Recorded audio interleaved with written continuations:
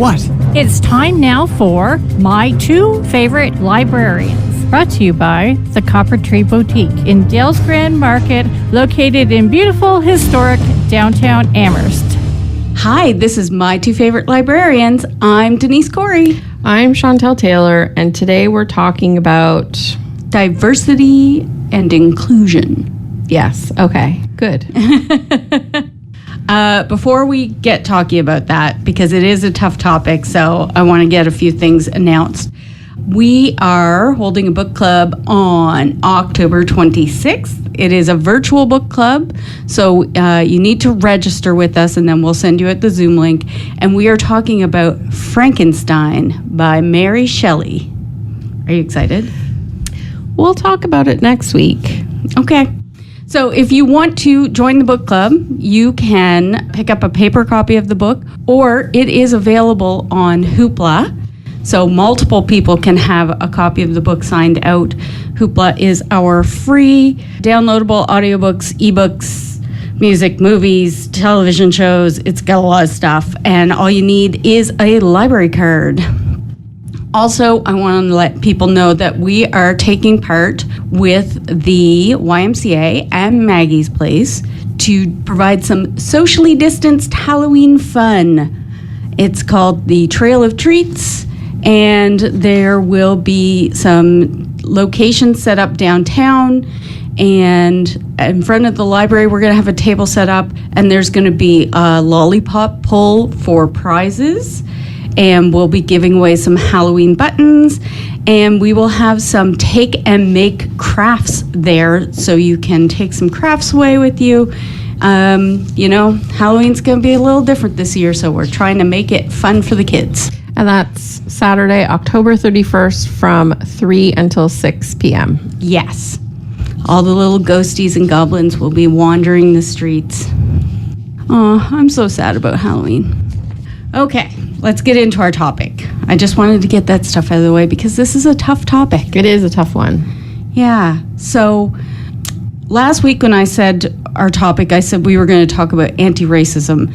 And then Chantel had the idea to open it up to diversity and inclusion and equity, which makes for a much broader discussion. Yes, we've also just recently, the library staff has done some diversity and inclusivity training. Yes, which I think is important. And I was looking up the topic, and I know that this is really broad.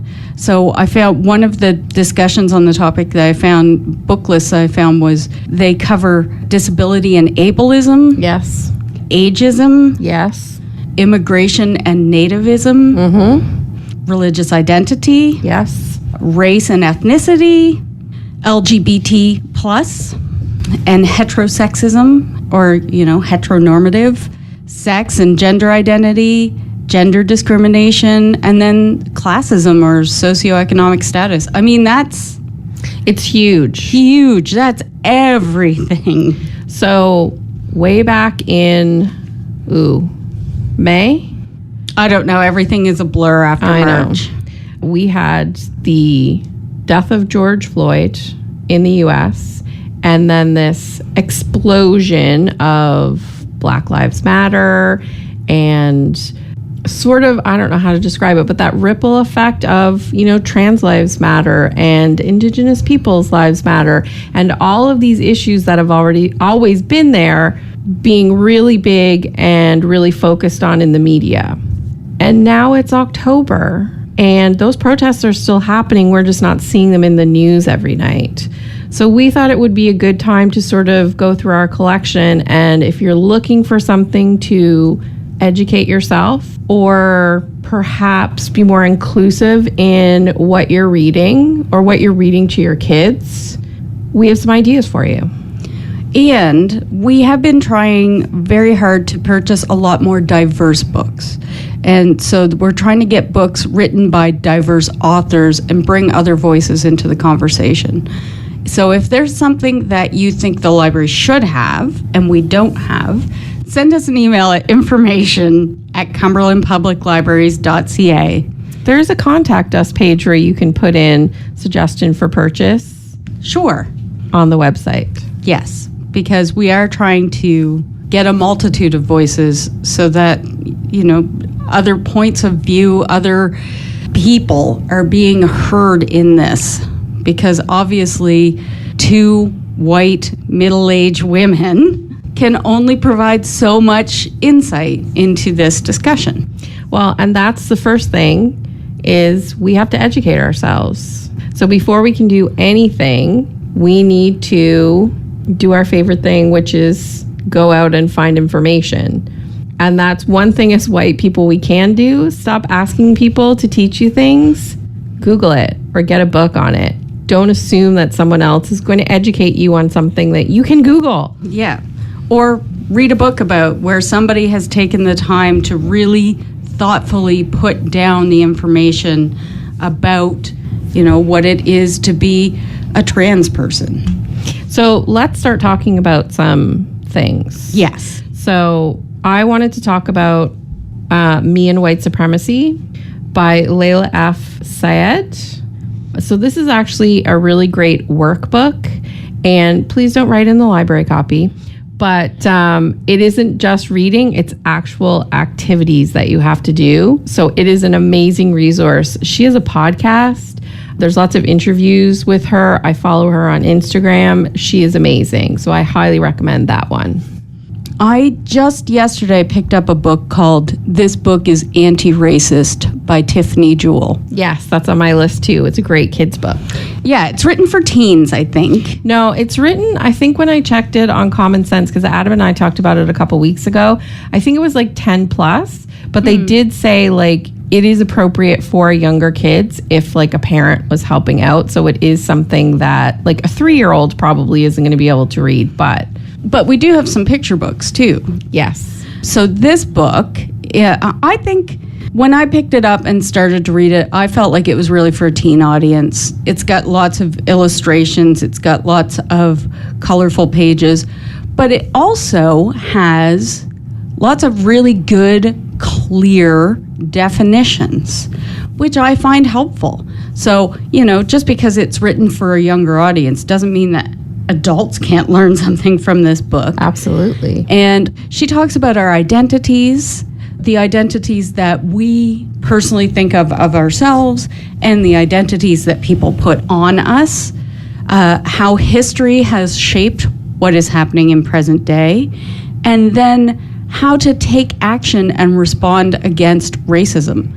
So I'm only in the beginning of this book, and it's just really interesting.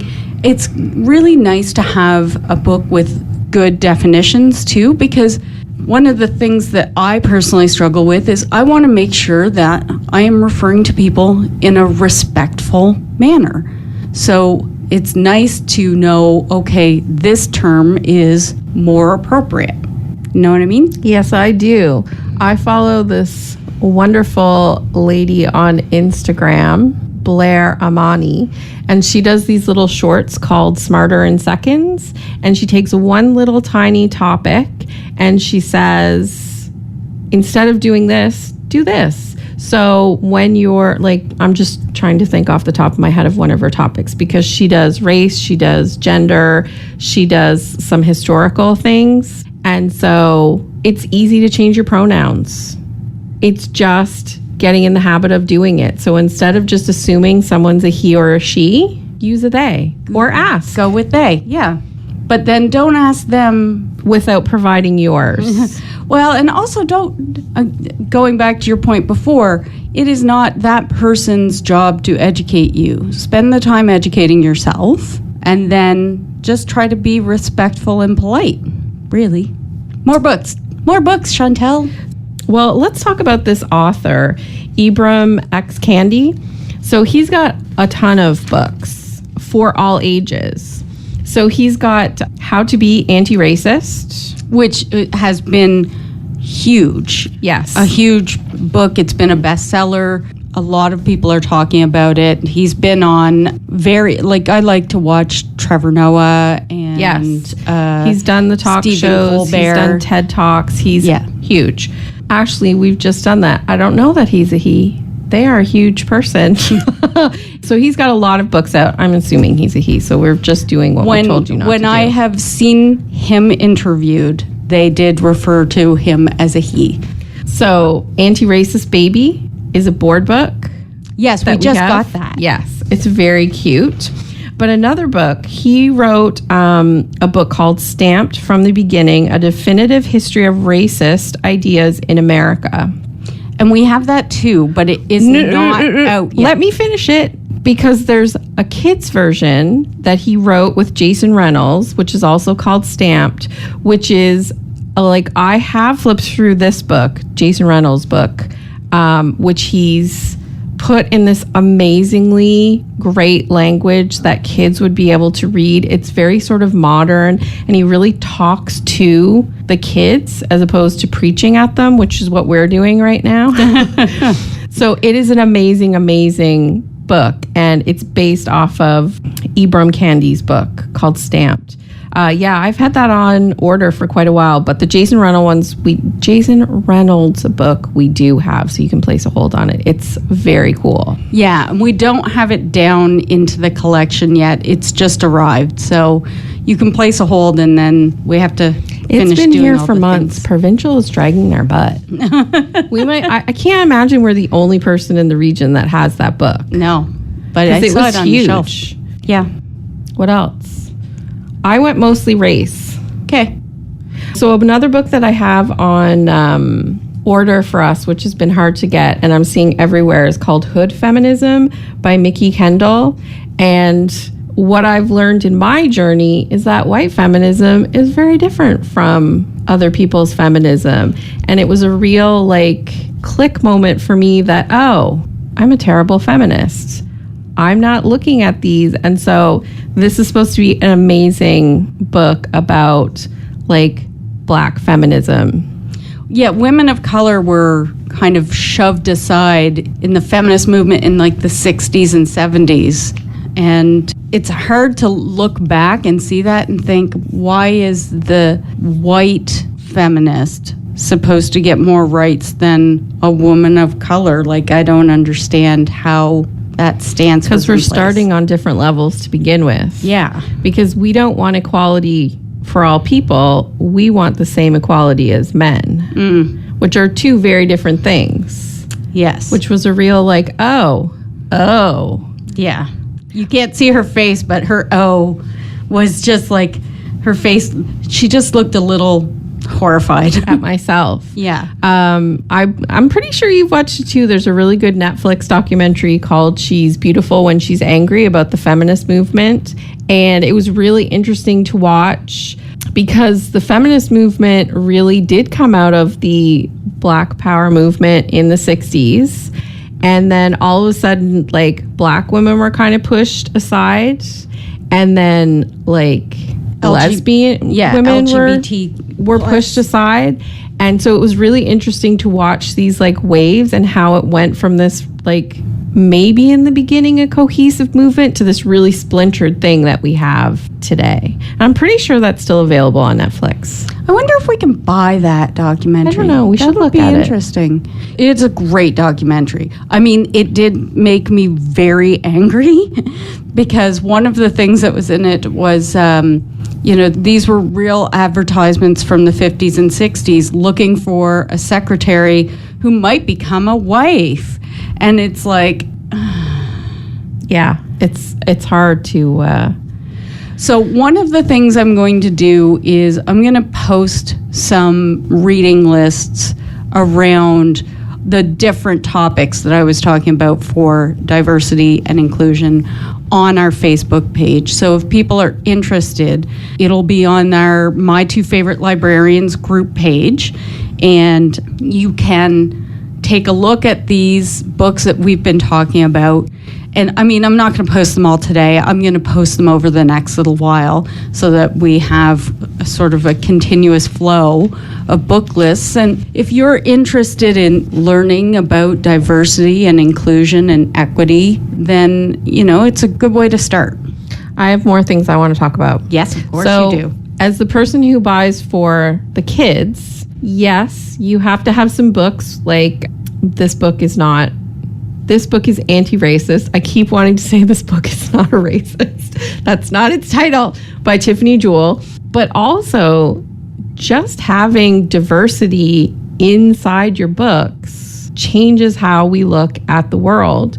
So I've been making an effort to, and like a couple of days ago, I just did an order for Halloween books, and some of them weren't brand new, but they had different color people in them instead of just white people being pictured. I bought a set of board books. One of them is called Once Upon a World, and one series is called Bedtime Classics. And so it's things like Snow White and The Wizard of Oz. But I think it's Bedtime Classics, there are 4 books in the series, and each of the girls in the book is a different color. So you have like Dorothy is black, and Snow White is Asian, and Rapunzel is Indian. And so it's not necessarily about having to like preach at your kids all the time. It's just having to have those examples. So I am trying to be more inclusive in my buying. I Am Not a Label is a book that's just come out, and it's not in the catalog yet. I feel like, again, I'm being mean to Provincial today. But they're just back at work. They won't listen to this. They might. So we're waiting for that to be put in the catalog. But basically, it's talking to all kinds of different people. And again, like Denise said with her book list, there's so many ways you can be labeled for your religion, for the color of your skin, for whether or not you can use your body in the same way as I use mine. But like, there's so many ways that you can be labeled, and we do it all the time. So another issue I wanted to talk about is we don't live in the US. Thank goodness. And there are all these amazing... Right now, it is very frightening. Let's not even go there. Okay. There are all these amazing books out there, but they're not super relevant to us because, like, I don't need to know about how American white women got the vote initially. You know, I'd love to buy a book about AOC or Kamala Harris, but they're not super relevant. So what are some Canadian examples of... And Adam and I were talking about this the other day. He asked his son every day what he learned at school. And they were talking about Martin Luther King. Great. What about Africville? What about Viola Davis? Yes. So that is another thing we have to think about too. There are all these amazing books out there, but if they're not really relevant to Canada, they're not. Yeah. I've been finding I want to buy books by Indigenous authors or that discuss Indigenous communities, and a lot of them are U.S. And I want to find something about. So I have a Mi'kmaq. couple. Now, again, bringing it down to our region, it's even harder to find things that are Nova Scotia stories. Oh, yeah. So I do have like things from across Canada. So Stolen Words by Melanie Florence. I Am Not a Number by Jenny K. Dupuis. I just bought a I think it's a graphic novel series called A Girl Named Echo. So there are books out there, but yeah, it's hard to, well, I don't want to complain about that anymore.